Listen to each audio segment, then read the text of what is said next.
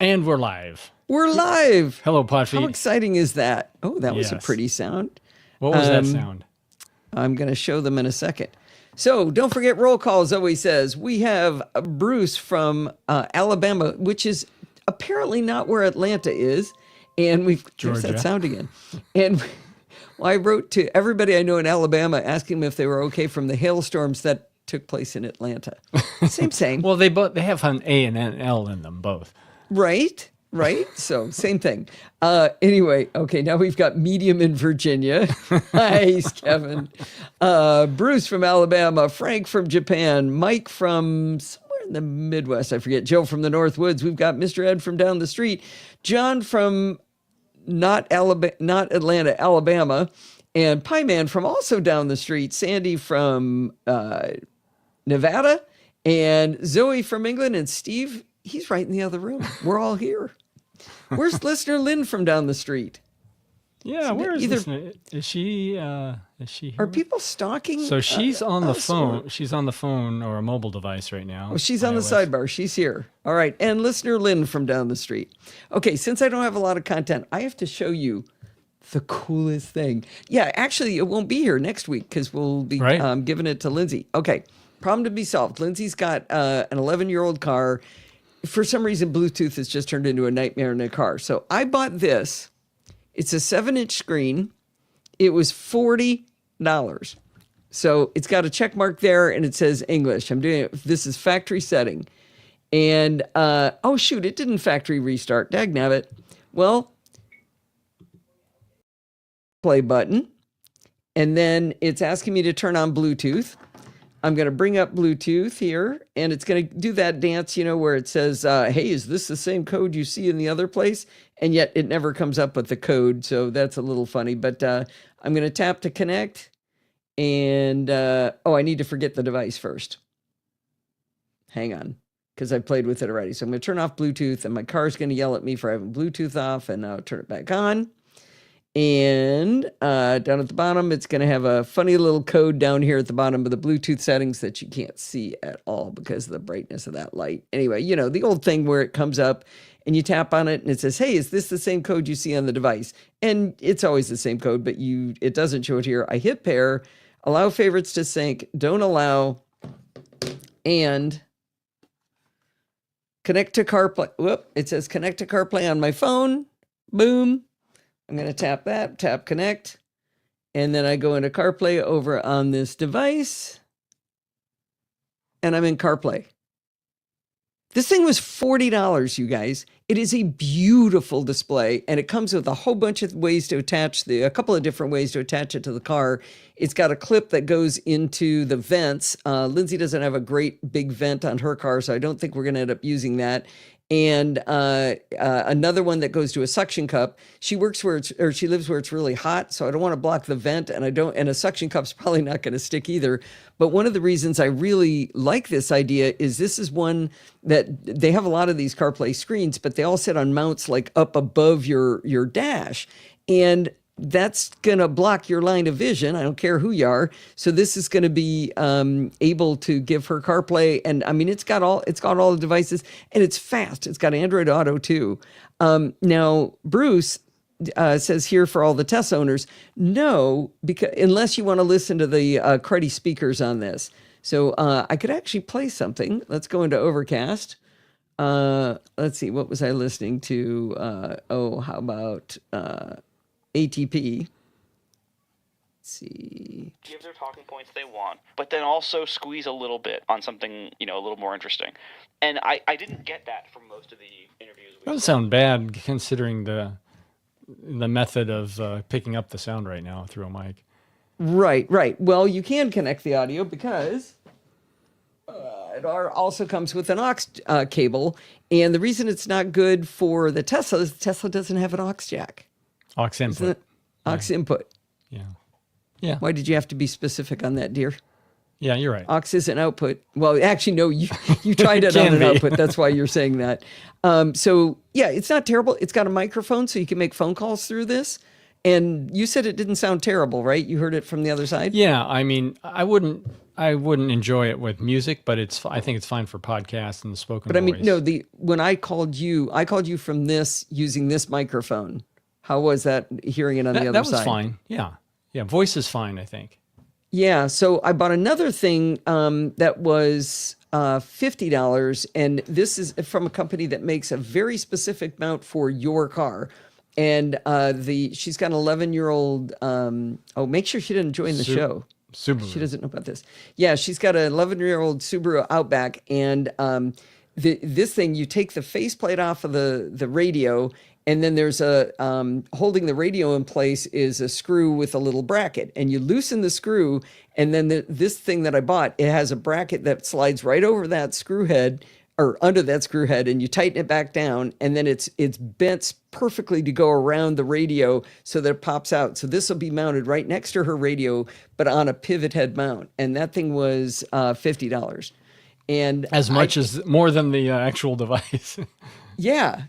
I mean, it's just, this thing is just, I am astonished at the quality of this thing. It even comes with a big, thick user manual in like 28 languages, and most of the words are spelled correctly. It's got the classic problem. But one thing to see here, let's see, if you look over here on the right, that's the accessibility button. They've got that up so that you can get to things like the volume control, because that's part of the OS, not part of running CarPlay. And also, I don't know if you pointed it out, it's not USB, it's Bluetooth Wi-Fi connection. Oh, yeah, it's wireless. It's wireless CarPlay. So there is a delay when it first having conversations, but you don't know it unless the person's in the same room, like when Steve and I were doing it, right? Mm-hmm. Right. But I mean, turn-by-turn directions, the whole thing, boom, CarPlay, $40.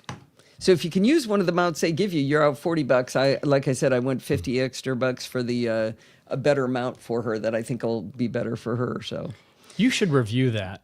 I should, but I thought the audience might like that. Oh, this might be the microphone, Steve. There's a teeny little hole right there. You can't see it.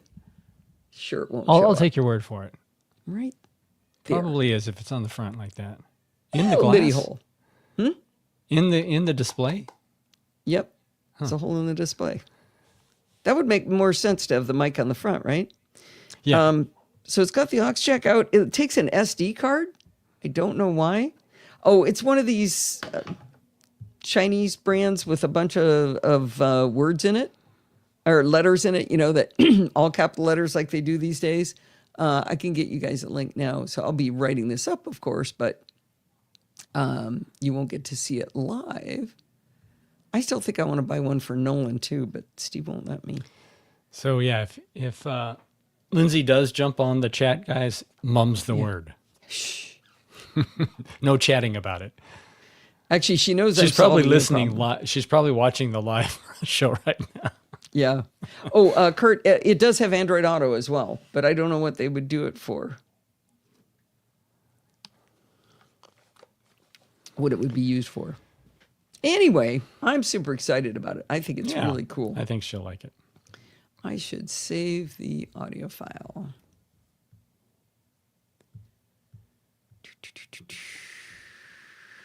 Save. All right. What do you think? Should we start? Yeah, is that the intro music we're looking at? Yep. Okay. Is that okay? Mm-hmm. All right, here we go. Hi, this is Allison Sheridan of the NosillaCast podcast, hosted at podfeet.com, a technology geek podcast with an ever so slight Apple bias. Today is Sunday, June 29th, 2025, and this is show number 1051. Well, my nose is feeling much, much better, and Steve says I don't hardly scare the children away in the streets anymore. And I really thank everyone for the well wishes to make sure that I'm recovering well. I definitely got super lucky. I still don't understand how I didn't crack my skull or break my neck. I literally landed only on my nose and a little bit on my left elbow, and everything else, didn't touch it. My glasses didn't even get scratched. So I'm not quite sure why I got so lucky, but I'm counting my blessings.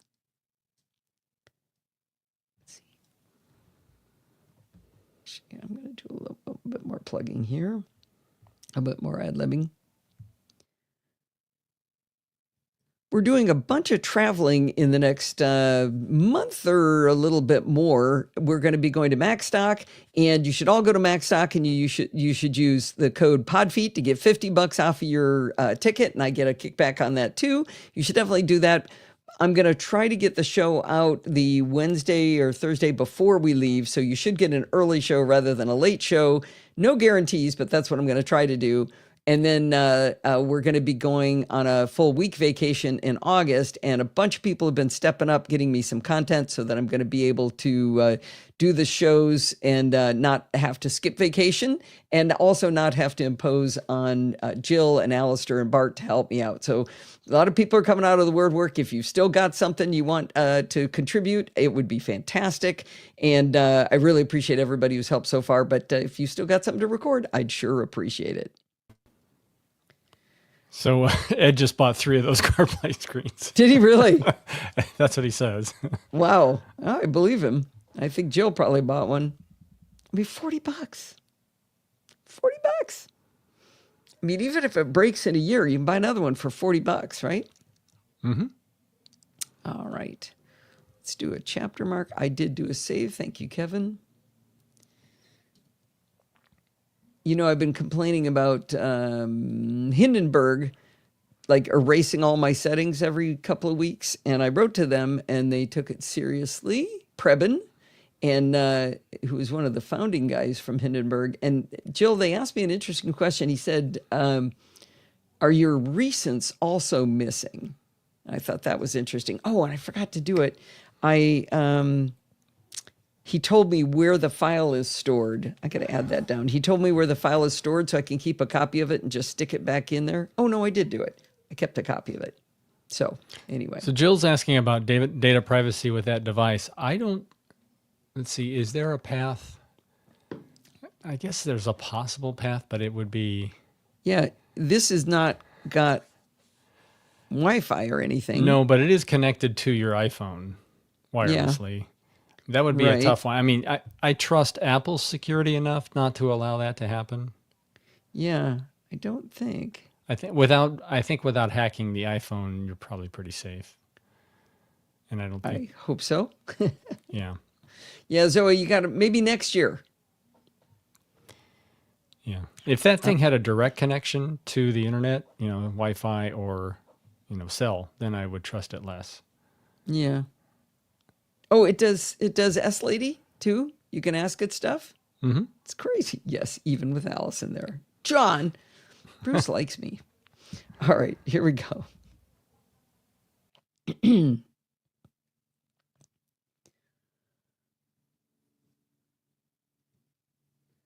Last week on the NosillaCast, Bart came on the show to talk about the app Raindrop.io that he's fallen in love with to replace Pocket as a bookmark manager. Now, I knew Bart was going to be on the show to talk about Pocket and his replacement when I heard Tom Merritt talk on the Daily Tech News show about how bereft the user community was about the demise of Pocket. He mused that he hoped there was a good alternative. Now, I could have told Tom that Bart might have the answer, but I'm far too selfish, and I kept the content just for us.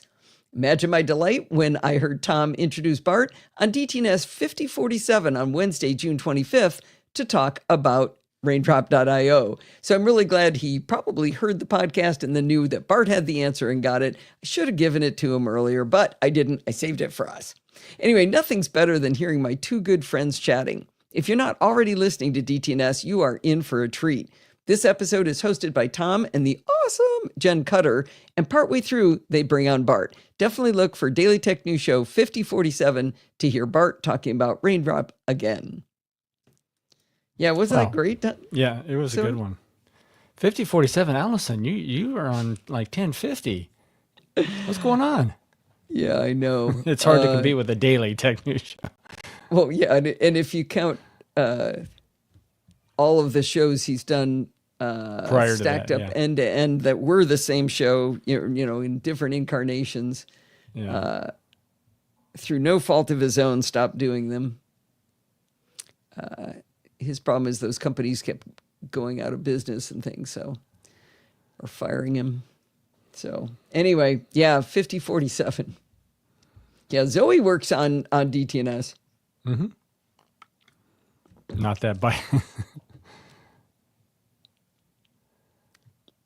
All right. What am I doing next? Don't forget your little jingle Oh, jingle. Thank you. or whatever you call it.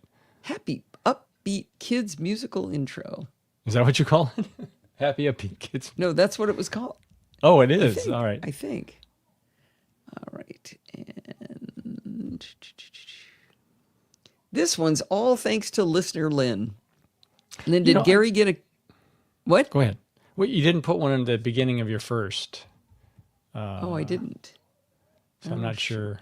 Do you normally do that on the first one? Wherever there's a chapter, yeah, I do. Okay, so I don't know. Did I just lose you? No, I'm right here. Well, that's weird. Everything disappeared. What do you can't see anything? It's like I just hit all of the apps. When I used my keystroke, I mean, I literally only see Hindenburg right now. Let me, I'll bring them back in just a second, but let me check this location here. Record, I'd sure appreciate it.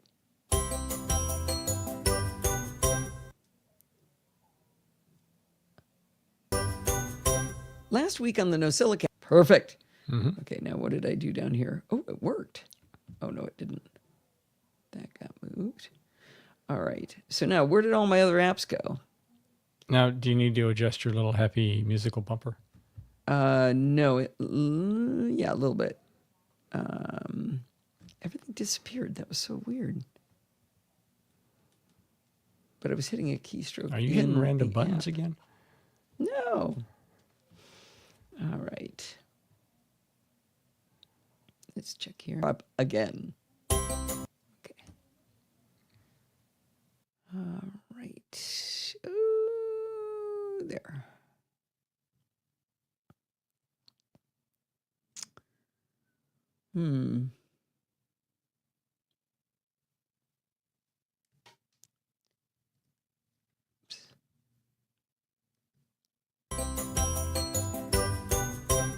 Today I'm going to give you part one of Steve and my adventures embracing even more of the products Eufy have to offer. When Wise proved to be incapable of doing security correctly, we replaced all of our indoor cameras with the ones from Eufy. But now, let's talk about doorbells. Shortly after Ring came out with the first popularized video doorbell, Steve and I decided to get one. The first thing we noticed was that while it gives us a great picture of anyone standing at the front door, it doesn't show anything below shin height. That meant it didn't show us any packages left on the doorstep. After a year and a half of being annoyed by this, in 2017, Steve designed and built an ingenious mirror attachment to the Ring doorbell so that we could view the doorstep on the video. If you want to read all of the details on his ingenious design, you can read the article entitled Ring Video Doorbell Mirror Mod Allows You to See the Doorstep. Link in the show notes, of course. He bought one of those convex mirrors people stick to the rearview mirrors to give them a wider angle of view. He stuck that to a piece of plastic, which he connected to the top of the Ring doorbell. With the mirror at the correct angle, the camera can now see the doorstep. And we liked his design, and it served us relatively well, but it has a big flaw. At night, when the infrared camera is in use, it reflects off of the convex mirror and just blows out the image. All we see is a big white blob. And the spiders also simply love the overhang of the mirror as a swell place to build their webs. But we lived with it. A few months ago, though, I went to listener Lynn's house to bring her some simply awful cake I'd baked. She's really good at baking, and I wanted her to agree with me that mine was terrible. She took the recipe and recreated it, so when I arrived, we actually had 3 versions of this cake. She baked two different ways.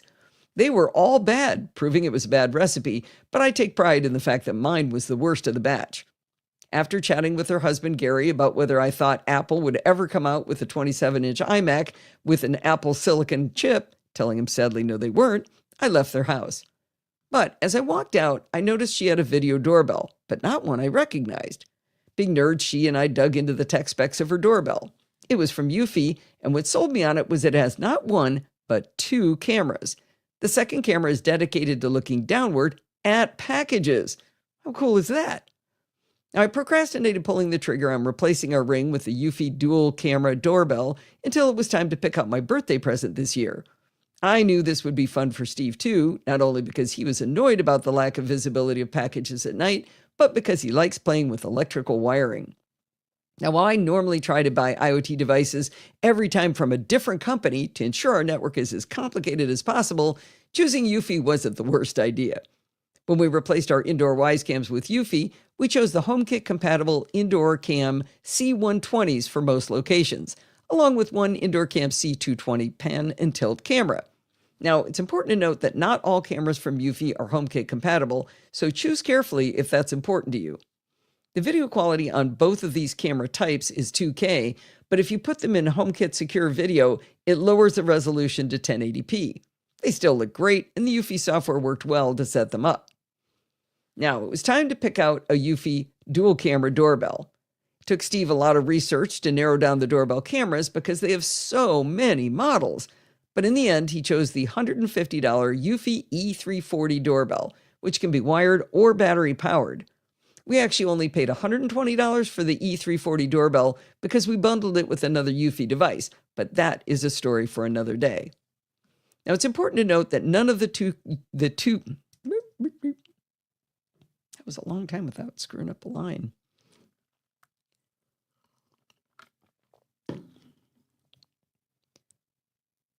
It's important to note that none of the two-camera Eufy video doorbells are HomeKit compatible.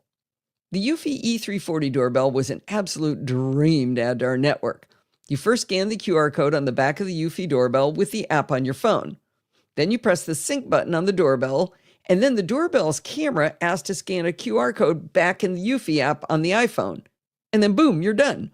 I know that sounds like a lot of back and forth, but you're just scanning a QR code with the phone and then the doorbell scanning its QR code back on the phone, and the two have the conversation, and it actually works. Now, when we were setting this up, we took a ton of screenshots in anticipation of being able to document exactly when in the process it became hell on earth, but it never did. It was glorious. Now, the configuration of the dual camera video is super fun. By default, the camera gives you a split view.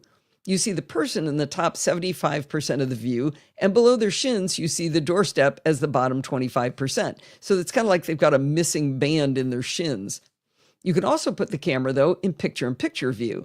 The picture-in-picture view defaults to showing the person in the big image, and then the doorstep in a tiny image in the bottom right-hand corner. On the picture-in-picture view, you can swap the two images by tapping a little button. Unfortunately, that little button is also in the bottom right, which means you can't see your packages by default in picture-in-picture mode. Not mood.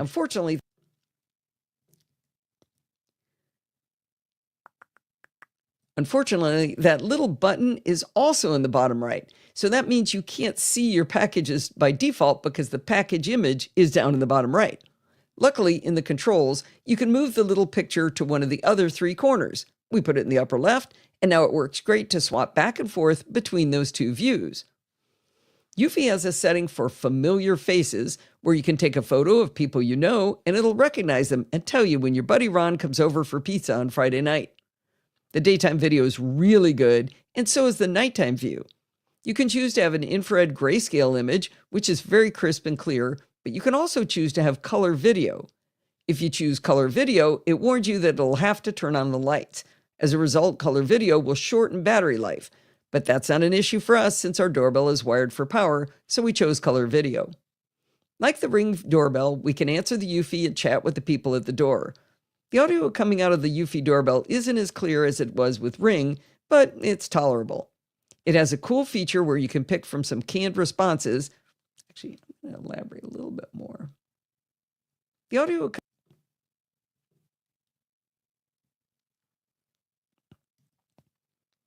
audio coming out of the Eufy doorbell isn't as clear as it was with the Ring, and it sort of has some gaps in the speech. It's tolerable, but I'm not quite happy with that yet. I may talk to Eufy about this problem. Now, it does have a cool feature where you can pick from some canned responses, such as, "Leave the package at the door, please." It's not your voice, but it's fine. Where Ring requires a subscription of $30 per year per device to store video, the Eufy cameras have onboard storage. In fact, they pride themselves on not requiring a subscription. They give you a lot of ways to be able to store your video locally. The E340 doorbell comes with 8 gigabytes of internal storage, which isn't a lot. I like the idea of a video being stored by me rather than Amazon, but to be fair, most of the recordings will be Amazon packages anyway. Now, we do have another solution to storing the video, but that's part of part 2. Now, speaking of packages, you can define a zone on your porch where packages will likely be delivered, and the Eufy doorbell will send you notifications.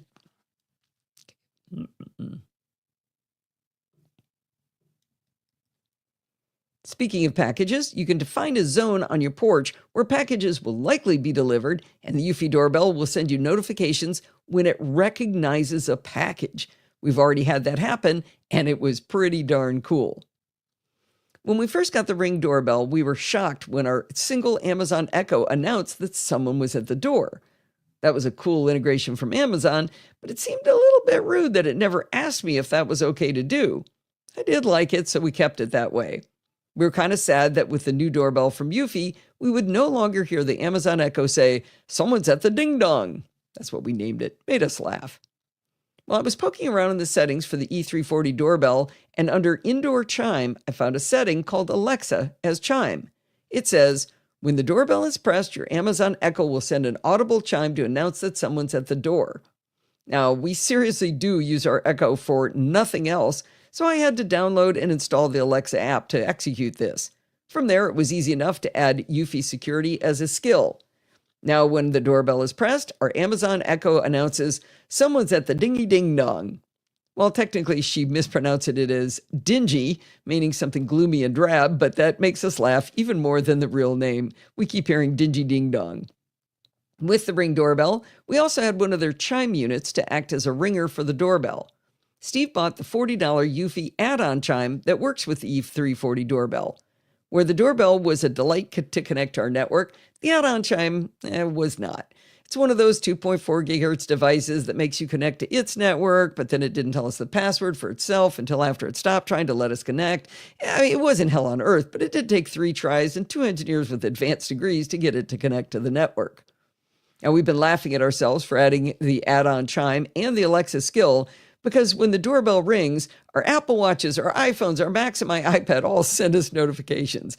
It's really rather comical. Now, the add-on chime has one other trick up its sleeve. It has a micro SD card slot in it. It doesn't come with a memory card, but if you add one, it will store video footage from the Eufy doorbell. Now, that measly 8 gigabytes into the doorbell isn't a problem with the 128 gigabyte micro SD card I added to the chime. Now, I've talked a few times on the show about Homebridge. This is software you can run on a local server that lets you add non-HomeKit compatible devices to HomeKit. I've been running Homebridge on my Synology for years. Using Homebridge, we now have in HomeKit our ambient weather station, our Daikin HVAC system, my Elgato key light, and our Ring outdoor cameras. Homebridge is tricky to set up, but once you've got the right plugin installed, it does make me happy. With Homebridge, you add plugins for the specific device family you want to add to HomeKit. The plugins usually aren't from the vendor, so your mileage may vary on how well they work. I installed a third-party Eufy security plugin and created what they call a child bridge. Our first indication that I'd succeeded was when someone rang the doorbell and the Apple TV at the time asked if I wanted to view it on the television. That was cool. But then when we looked at the Home app, I realized I had 2 of every indoor camera. The indoor ones were already HomeKit compatible, so using Homebridge, I had added them again.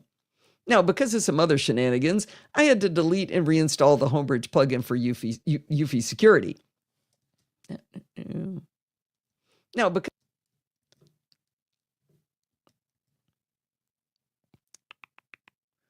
because of some other shenanigans, I had to delete and reinstall the Homebridge plugin for Eufy security.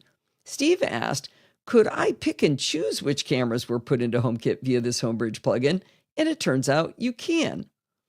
In theory, that is. After rebuilding things, now the plugin isn't putting anything in HomeKit at all. But I'm going to tell you, I told you all that to also tell you that at this point, Steve and I are kind of reevaluating whether we want to put our Eufy cameras in HomeKit at all. The Eufy interface is pretty good, and by putting the cameras in HomeKit, we go from 2K video down to 1080p video, which is more important on our external cameras. We originally did it because we get free video storage with HomeKit Secure Video, but as you've been hearing, we have local video storage solution now.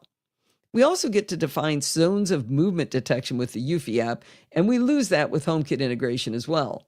We're probably going to let things ride with the indoor cameras in HomeKit and all devices visible in Eufy for now.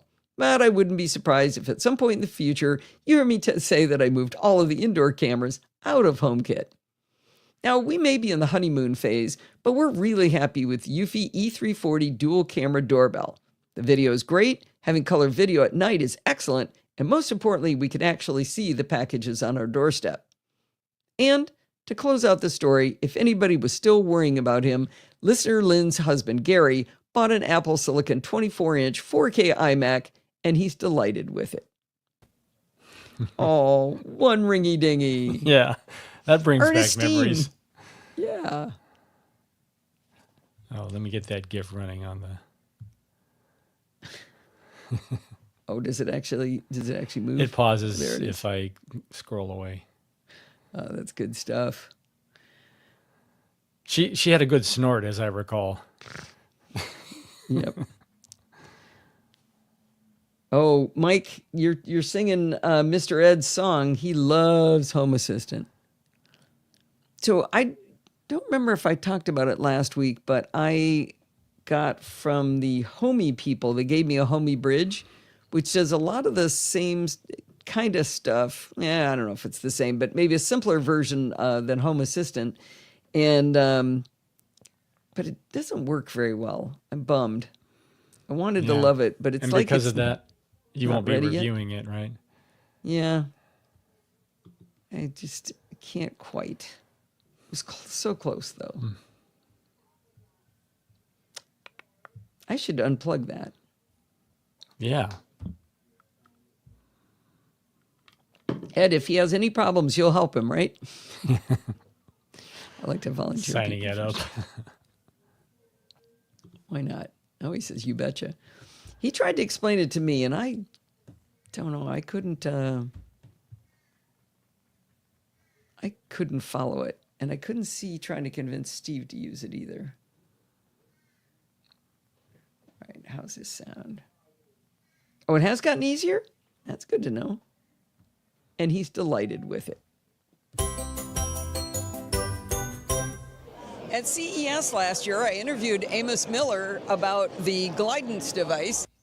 It was a good cut. Move that down a little bit, though, down to here. I think I like this. At CES last year, I interviewed Amos Miller about the Glidance device, and I'm going to talk to him again about it and the advancements they made. It was a very early prototype, I think, a year ago, and and now we've things are starting to come together. I'm hearing a lot about it on other shows. So tell us what's happened in the last year and a half. Wonderful, thank you very much. So just to remind your audience what Glide is first, maybe it's basically a new kind of mobility aid that uses autonomous driving technology to guide the way, and it sits on two wheels. The wheels are, you hold it about 2 feet in front of your leg, and you hold it you hold the handle and you push the device forward, and the device begins to steer the way by steering its wheels. So that's kind of how it guides. It has 2 cameras on the top of the handle. The cameras give it the visibility of the ground around it to detect trip hazards and cliffs and so on. And the camera in front is used to plan the path and avoid or detect obstacles to guide you around them. So I think you used to have cameras down on the base, but now you've got them up above. Is that right? We used to have 1 camera on the top, and we had other sensors and radars around the base. We've changed our whole sensor system to really be able to handle trip hazards and cliff edges. Cliff edges means like curb edges and platform edges and the things of that nature more reliably. So the cameras being up by the handle give you a much. You're going to find out sooner that you're going to fall off the cliff. It was down below. It was. You're almost and there. Treat that as obstacles. Yeah. Yeah, so the camera at the top here it gives us a more reliable solution. So we made a lot of changes. So 2024 was very much a year of product design. We really did a lot of work on the device, on the mechanical and the electronics of the device. We tested it with probably about 1,200 people in the various settings. Wow.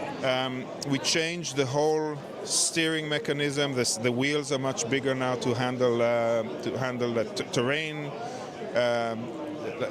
like sidewalks with cracks, and all the realities that we have in the real world, right? Even the roads in Boston, maybe. Even the roads in Boston, exactly. And so we're very confident now with the structural design of the device, and the autonomy is now starting to come together as well, where we have obstacle avoidance, and the cameras are really tracking the path to guide you on the path. And from there, our goal this year is to get to a point that you can actually use Glide as your primary mobility aid on the routes that you do today. So if I remember correctly, you've got a path that you're planning and going on. I'm going to go down the street, I'm going to hang a left, but Glide is going to be giving you feedback into the handle to steer you around holes or small dogs or whatever obstacle might come in the way. Is that right? It's generally doing what you want, but it's steering you around what you wouldn't want to run into? So there's two modes of use. The first one that we're developing is called freestyle navigation. That's when you're in charge of the route. Oh, okay. Like what I described? What you just described. And the other mode is directed navigation, where Glide is in charge of the route, where you've given it either a pre-recorded route that you've done before that you repeat, or when you give it a destination on a map. Okay, and that will come afterwards. We're first focusing on freestyle navigation, so that's when you're walking along a sidewalk and you want at the corner to take a left around the corner. Yeah, you basically tilt the device towards the left, and as the corner opens up, you can turn the corner and continue on your way. So you are the one who's guiding it, but it's keeping you safe, avoiding the edges, dealing with the crowds, and everything else that it has to do while you're walking. So it's more of an assistant in that case. Never mind. Is that S lady through the CarPlay device? Never mind. To who? Stop. Okay, canceled. You messaged me on Telegram, so I tapped it on the CarPlay screen. Telegram's on CarPlay? Yeah, but Really? shouldn't be. Do you want to read your messages, send a message, or make a call? Read my messages. Steve Sheridan said, yeah. And are you going to remind the live audience about what they did last year and how they fixed that demo? Would you like to reply? No, thanks. Do you want me to use ChatGPT to answer that? No. I will not then. I will not then. I think that's the S lady. I think it is. I didn't know you could get CarPlay, or you could get Telegram on CarPlay. That's pretty cool. Yeah. Yeah, so what Steve's talking about, I don't remember if we did talk about it here or not, but a year ago, I interviewed Amos at CES, and he let me do a demo of Glide where I closed my eyes and I walked around, and the unit helped me navigate. It doesn't really drive you, but you walk with it, and if you try to turn and it sees an obstacle, it'll turn you away from it. So just kind of helps you drive it. It'll And also it was come really, to a stop if you hit an obstruction or something, before you hit an obstruction or Right. a cliff. And I found out later that it was fake. They had a guy with a video game controller controlling the unit that I was driving, and they didn't tell me.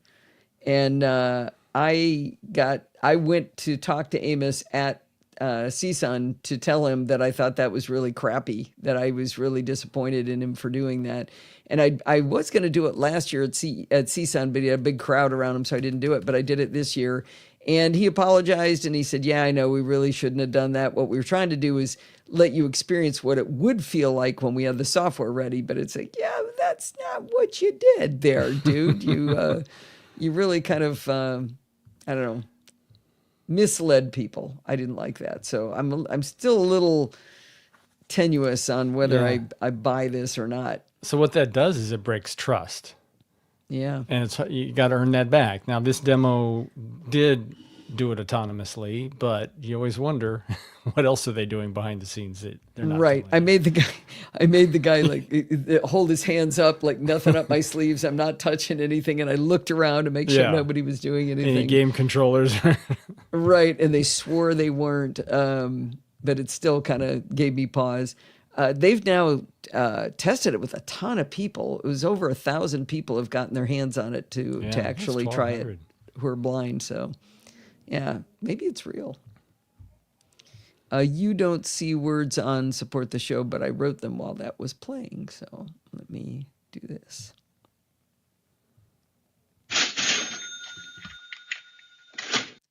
Well, if you've been enjoying the shows we produce here for the last week, the last month, the last year, or the last 20 years, I'd like you to consider helping the show financially. Making these shows certainly isn't free, and I don't even try to make a profit, but it is nice to break even. If you've got an extra couple of dollars a month, head on over to podfeed.com/Patreon and become our next hero of the podcast. I told you it wasn't going to be a long show. No, it is not. Long live show. Is there anything we should test on this unit before we give it to Lindsay on this CarPlay screen? You asking the audience? Yeah. Is there anything you do on it that you think, well, it's not going to be able to do that? I'm surprised that it did.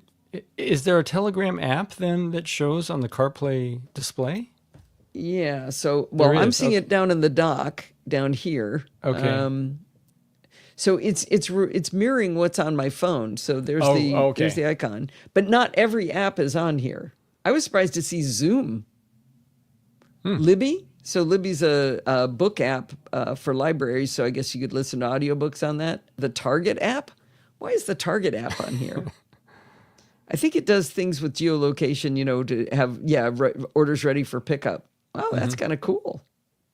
Yeah, it says no orders ready for pickup. Teams is on there. Does it have Google Maps? Let's take a look. Let's talk about everything. The screen is good too. I mean, really responsive and super, super bright. It's got a better route planner. Apple Maps. Now playing. Oh, it's got something called Smart Screen, which I think is talking to itself. The Autopilot Club. Yeah, there's Google Maps. I'm purposely not showing maps. Waze. So any navigation app that's on your iPhone you could use. Waze, for Yeah, instance. and more. A surprising number of apps. A Better Route Planner is an app for EV owners where you can tell it, I want to arrive with 20% charge. Route me a way that gets me that charge in the most efficient way. That's where ChargePoint is on here. Auto Club, that's a good one. News? Does News So read to me? it's picked a subset of the apps on your iPhone to display on the device. Yeah. Oh, Apple News. And it comes up with News Audio. I don't know if you can see that very well. But it's got the Pentagon disinformation from the Wall Street Journal, How to Steal a House from Bloomberg Business Week. She tracked the lottery for something at the New Yorker. I'm not going to read the last one. I can't imagine. Yeah, it's got my calendar in there. Is there anything else in there that... I'll show you ChatGPT in my car. Wait, I thought... Oh, why were you asking why you needed one, Jill, if you've got CarPlay? For you, for your Element. Doesn't. So your new car does, but you still drive the Element when you go camping, right? ChatGPT. That's a good one. Is that on there, Al? Actually, that's a good point. It's on your iPhone, right? It is on my iPhone. Let's see. Not there. Actually, that's kind of cool. My door, my garage door opener is in HomeKit, and it shows up as a button on Apple Maps or on the main screen. So I've covering up maps. Whoops. Cover up maps here. No, that's not the view I wanted. That view, that one. It's hard to do it. So I've got a button to go to home, but Sesame says it's closed. I can tap right there and open the garage door. That's kind of cool. I'm just learning about CarPlay. So you actually see it. So I don't see it on my screen. I don't see ChatGPT. I've only got like 1 1/3 pages of. I'm wondering. It somehow it's limiting, and maybe it only picks the top 20 apps or something. I think it does apps that have a CarPlay interface, like the fact that the Target app knows the reason you would have it would be because you're going to drive up and get an order handed to you. Right, but would it do all of those? Does it have multiple screens, for instance, that it can handle more than one screen's worth? Yeah. Okay. It's got little dots across the bottom. Okay. Oh, Mike says that when you're farther away from home, that button will not be on the screen. Okay. Cool. Oh, it's because you're on the iOS 26 beta? That's why it has ChatGPT on it? Good to know. Okay, because Sandy doesn't see ChatGPT either. All right, let's have a little listen here. We are almost done, by the way. That's why I'm playing around. Of the podcast.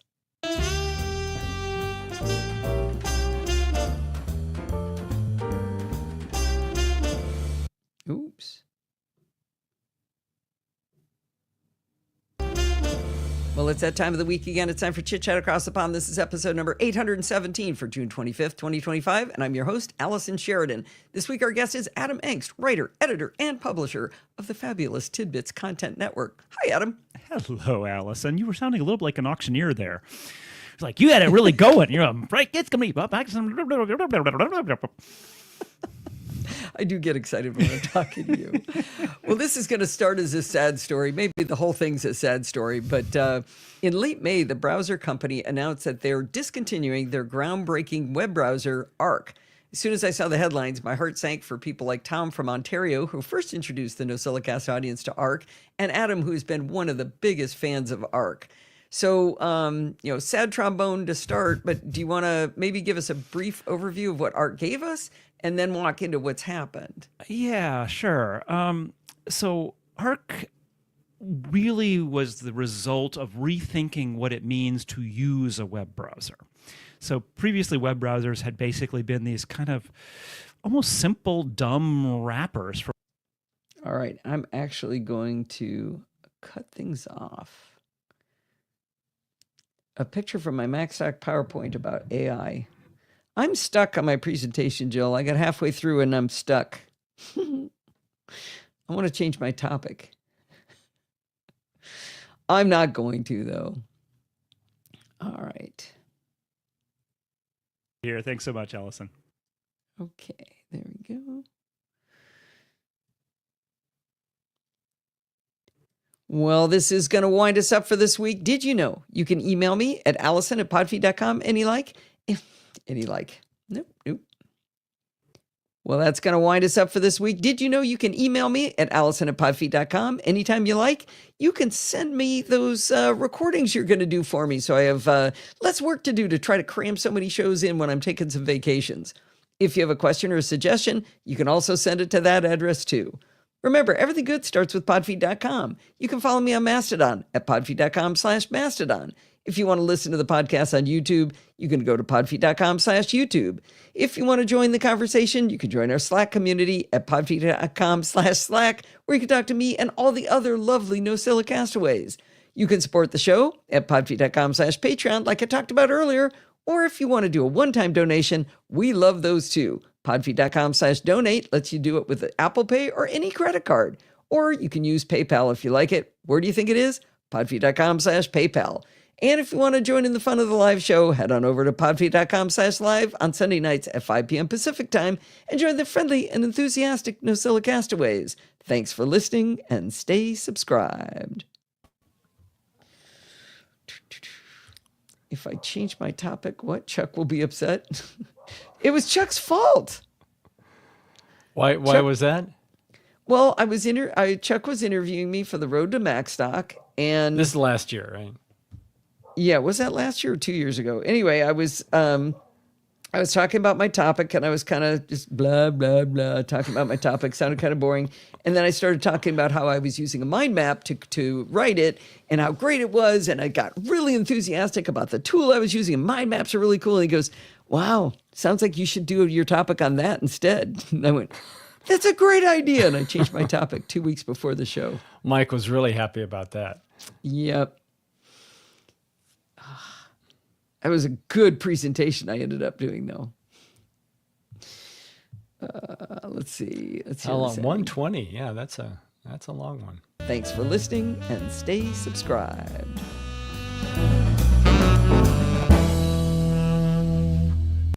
All right.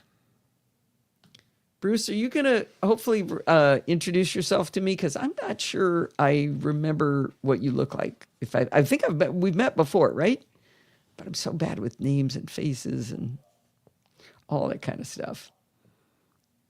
Oh, we're supposed to connect. We're supposed to count, Kevin says. Oh, yes. Thank you, Kevin.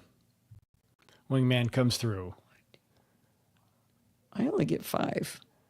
Yeah, I only have 5 as well. It's a low count. Yep. All right. Must be time to export. So Export. Bruce is the one that just got an EV? Yes. So Bruce, you're going to be using something like a better route planner or something like that to find your path, or maybe you've already done that. Because this will be is this your first cross country with Big road trip with an EV road trip? Not cross country, road trip. Yes, you have. Oh, good. Yeah, that's going to be. I hope you aren't being a little too optimistic on your first road trip. Yeah, remember to make it in one day. Right. Be conservative. Give yourself at least 10% margin, maybe a little more on the first time. Now, at least do it like Rod Simmons, where he goes down to like 3% as he skids in at the end. At least weather conditions should be conducive for EV driving. Although, actually, back east or Midwest, it may be a little different than what we have here right now. Oh, John, you're renting a similar car to what he bought? I forget what you bought, Bruce. And you just told me like days ago. See, I told you I'm bad at this. Mustang, that's right. That's right. I like the Mustang. I like it a lot. All righty. Okay. Good show, Podfeet. Yes, Jill. I know you can get there and back on a tank of dead dinosaurs, polluting the environment. No judgment here. Oh, and never buy silly Illinois gas. Yeah, no judging. Not making fun of you at all. She started it. All right, everybody. Well, I think I'm going to let us out of class early. And all right. we will have a live show next week. It will be at in San Diego at Lindsay's house, so you get to see the little kids. You know, I know how you love that, right? All right. Do you have any words of wisdom to say goodbye there, Steve? Ron, I was going to say it. Happy 4th for those who are in the U.S. 4th of July come up. I think we won't see them before the 4th, right? Because next Sunday is after that. Yeah, I didn't see you sneak in, Ron. I think he just snuck in. Did he just sneak in? I think so. Didn't see him before. At least he hasn't been chatting. All right. Well, nice seeing you. It was packed house tonight. Yeah. Things are hopping. It was full. Thanks for joining us, everybody. And all right. Be safe and have fun. Bye, everybody.